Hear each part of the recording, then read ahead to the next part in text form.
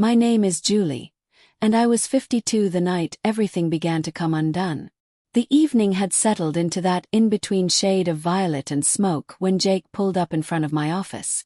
My car had stalled that morning and refused to start with a groan and a flicker.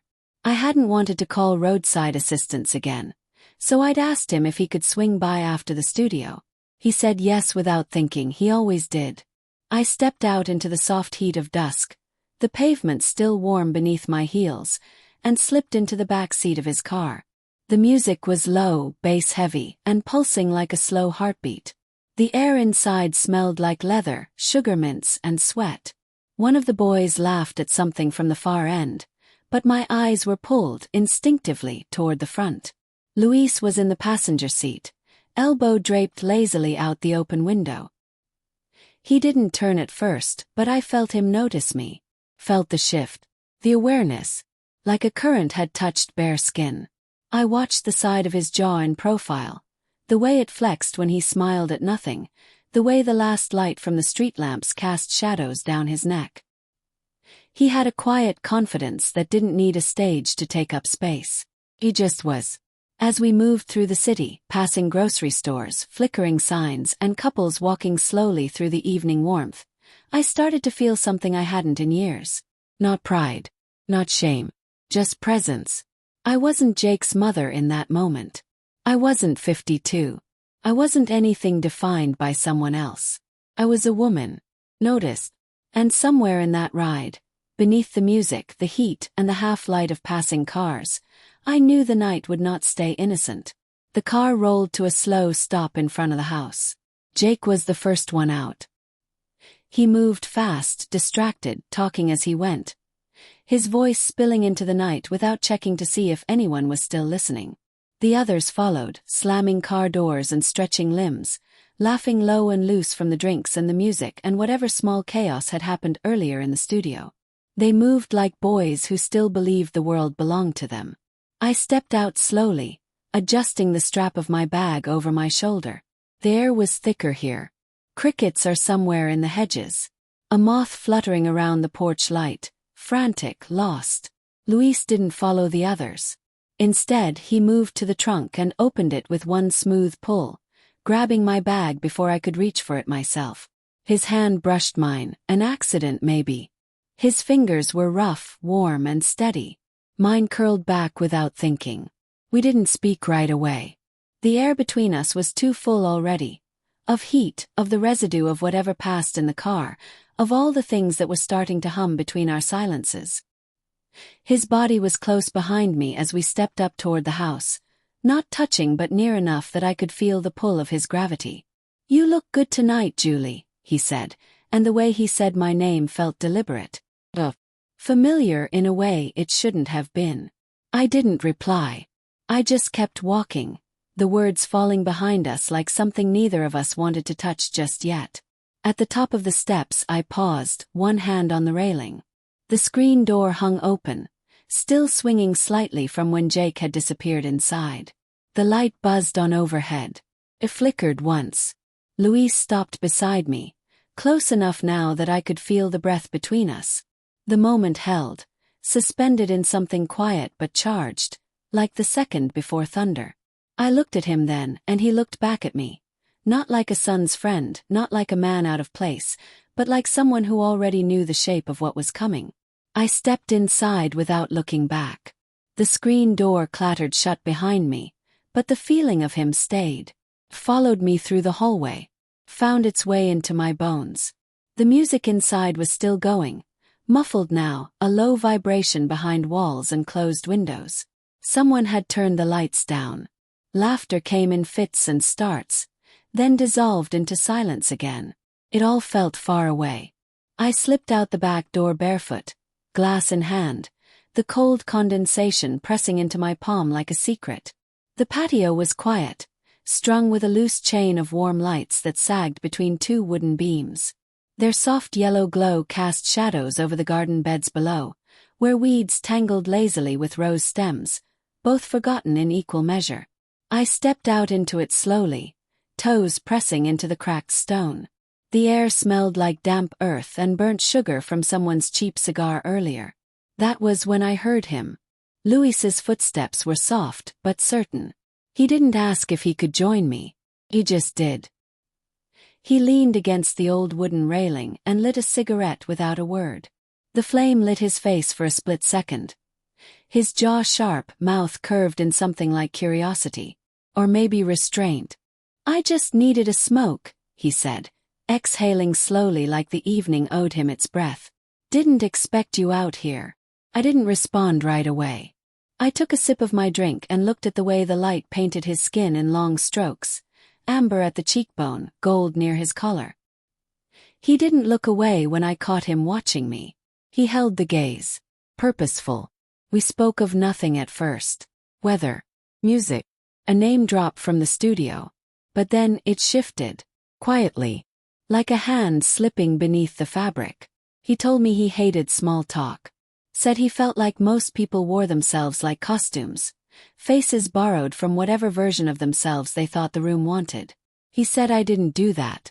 That I felt real. "You don't pretend," he said. "Even when you should." It wasn't a compliment, not really. It was something else. Observational, intimate. My first instinct was to deflect, to push it away with a laugh or a sip of my drink. But I didn't. Not this time. Instead I looked at him. Fully. And he looked back like he was memorizing something. Like my silence told him everything. Something melted inside me enough to make space for heat to slip through the cracks. Not lust. Just the dangerous knowing that someone had seen me. Not the role I wore, not the title. Me. The stillness between us thickened. I felt the night shift, turn its face toward something that couldn't be undone. I stood up and went upstairs to change. The air had grown heavier, and the hem of my dress clung a little too closely to my skin. The drink had made my legs soft, my thoughts softer. I moved slowly through the hallway, my fingers grazing the wall like I needed to remind myself of something solid. The bedroom was dim, lit only by the soft spill of moonlight slipping in through the curtains. But as I stepped toward the closet, I noticed the balcony door was open. Barely. Just enough for the curtain to flutter. Just enough to pull the night in. He was already out there. Luis sat at one end of the small bench built into the balcony, shoulders relaxed like he belonged there. He didn't look startled. He didn't even smile. He just lifted a glass in my direction, offering it without words. I didn't ask how he got there. We sat on opposite ends of the bench, but the space between us felt charged, like a wire humming with electricity. Neither of us spoke for a long time. He sipped. He smoked. The wind moved around us, but everything else stood still. Then he spoke, quietly, like a confession being pulled from somewhere deep. He said he'd always struggled with feeling invisible. That people saw his talent, his image, the story he was selling, but not him. Not the real parts. Not the ones that kept him up at night. He said I was different. That I saw past the front. And then, without shifting his tone or breaking the silence too much, he said it. "You don't know what it's like to want something and feel it's close enough to touch, but forbidden." I held my breath. He didn't look at me when he said it. He looked at the sky, at the moon half hidden by the clouds. Like he couldn't bear to watch my reaction, or maybe he didn't need to. I wanted to tell him to leave. To go back downstairs. To pretend this hadn't begun. But my voice didn't listen to reason. "You need to stop," I said. But even in the moment, I knew I didn't mean it. I took another slow sip of bourbon, the liquid burning a path down my throat before settling into a warmth that spread through my limbs. It was my second glass or maybe my third. I'd stopped keeping track. The scent of tobacco mixed with the rich, caramel notes of my drink, and together, they dulled the edges of my restraint. I had spent the entire evening resisting the slow pull of his presence, dismissing the way his gaze lingered, the way his voice curled around my name like an invitation. But right now, the alcohol was seeping into my system, loosening the grip I had kept so tightly around myself. Luis shifted beside me, the scrape of his chair against the stone floor barely audible over the distant horns and sirens. I felt him watching me, waiting. My pulse quickened, but I didn't move away when his fingers trailed along my wrist, tracing slow circles against my skin. The touch was light, teasing, but it sent a deep shiver through me. "You know you drive me crazy, right?" His voice was husky, roughened by smoke and something else. Something darker, more wanting. I tilted my head, finally meeting his gaze. His eyes were heavy-lidded, dark with something unspoken. I didn't answer, just took another sip of bourbon, letting the warmth settle low in my stomach. The moment stretched between us, thick, charged. Then he reached out, his fingers brushing along my jaw, tilting my face toward his. His lips found mine, slow and coaxing, tasting the remnants of bourbon on my tongue. My fingers curled into the front of his shirt, pulling him closer, letting his heat seep into me. He kissed me like he had all the time in the world, his hands trailing down my sides, mapping the curves I had tried to keep hidden beneath silk and hesitation. I let myself be lifted, carried inside. The couch met my back, its fabric cool against my heated skin. Luis hovered over me, his breath warm against my collarbone as his fingers slid the robe from my shoulders.